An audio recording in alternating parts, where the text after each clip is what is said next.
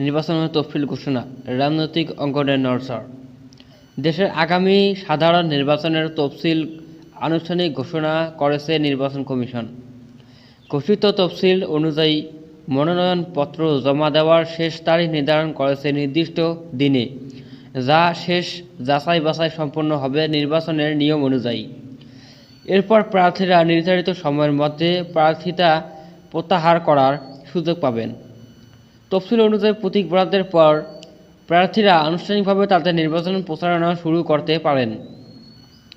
নির্ধারিত প্রচারণার সময়ের পর গণমাধ্যমে প্রচারণার বিধিনিষেধ কার্যকর হবে। চূড়ান্ত তালিকা প্রকাশের পর ভোট গ্রহণ অনুষ্ঠিত হবে ঘোষিত তারিখে, সারা দেশে একযোগে বা ধাপভিত্তিক পদ্ধতিতে, যা নির্বাচন কমিশন নির্দেশনায় জানাবে।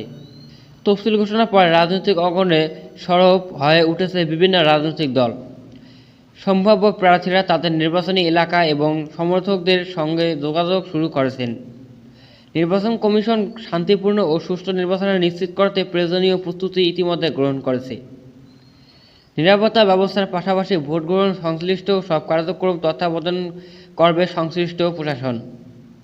তফসিল ঘোষণার মাধ্যমে আনুষ্ঠানিকভাবে নির্বাচনী প্রক্রিয়ার সূচনা হলো, যা আগামী দিনের রাজনৈতিক কর্মকাণ্ডগুলোকে আরও গতিশীল করবে বলে সবাই মনে করছেন।